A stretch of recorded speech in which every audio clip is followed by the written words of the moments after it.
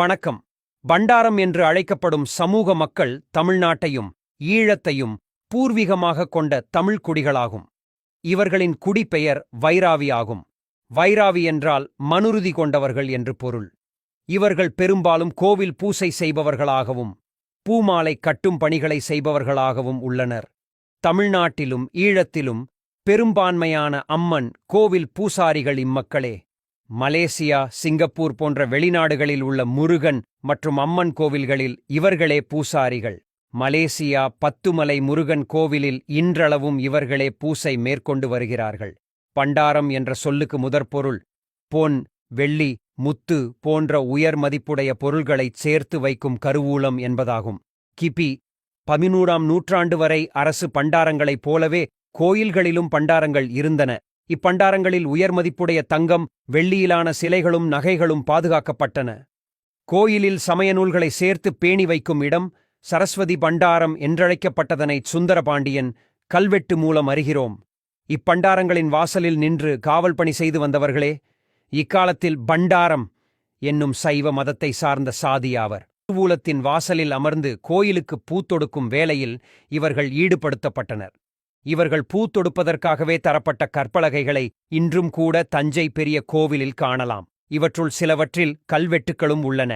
பூச்செடிகளையும் மரங்களையும் உடைய கோவில் நந்தவனங்களைப் பேணும் பொறுப்பும் இவர்களிடம்தான் ஒப்படைக்கப்பட்டது. ஆனால் இன்று கோவில் கருவூல காவல் பணிகளில் இவர்கள் இல்லை என்றாலும் பூத்தொழில் இவர்களின் குலத்தொழில் என சொல்லும் அளவிற்கு பிணைக்கப்பட்டு விட்டது எனலாம். பிராமணர்கள் அல்லாத கோவில்களில் பூசை செய்வதே இவர்களின் தொழிலாக உள்ளது. இன்றளவும் தமிழ்நாட்டில் உள்ள அதிகமான அம்மன் கோவில்களில் இவர்களே பூசாரிகளாக உள்ளனர். திருமணம் போன்ற நிகழ்ச்சிகளில் பிராமணர்களை வைத்துக் கொள்வதில்லை.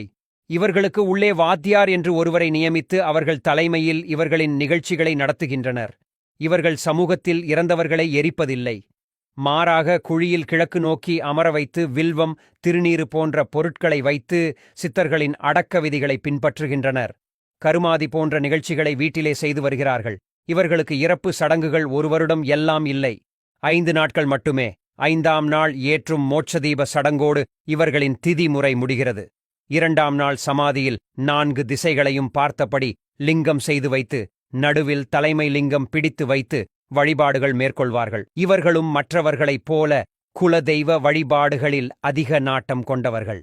குலதெய்வ வழிபாடுகளை முடித்த பிறகே மற்ற தெய்வங்களை வழிபாடு செய்வார்கள்.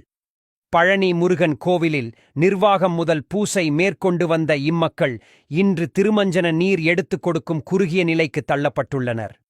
விஜயநகர நாயக்கர் ஆட்சி வருவதற்கு முன்பு வரை தமிழக கோவில்களில் பூசை மேற்கொண்டு வந்த இவர்களை மெல்ல மெல்ல கோவிலிலிருந்து அகற்றி பிராமணர்களை நியமித்தனர் அந்நிய மொழி ஆட்சியாளர்கள். அதற்கு உதாரணம் பழனி முருகன் கோவிலே. இன்று வரை அம்மன் கோவில்கள், கிராம கோவில்களில் இவர்கள்தான் பூசாரிகளாக இருந்து வருகிறார்கள் என்று பொதுவாக அழைக்கப்பட்டவர்கள் இன்று 4 பிரிவுகளாகவே உள்ளனர். ஆண்டி பண்டாரம், கோவம்ச பண்டாரம், யோகீஸ்வரர், கம்பர். இவர்கள் பயன்படுத்தும் பட்டங்கள் பிள்ளை, வாத்தியார், தேசிகர், புலவர், தம்பிரான், ஒதுவார், மெய்காப்பான். பண்டாரம் மக்களின் வரலாறுகள் எண்ணற்றவைகள். அவற்றையெல்லாம் ஒரு கட்டுரைகளில் கொண்டு வருவது முடியாத காரியம். எனவே நாங்கள் முடிந்த அளவு சிறு குறிப்புகளாக தந்துள்ளோம். இதுபோன்ற தமிழ் பண்டாரம் மக்களின் உண்மை வரலாறுகள், வழிபாடுகள் இத்தளத்தில் வெளியிடப்படும் என்பதை தெரிவித்துக் கொள்கிறோம்.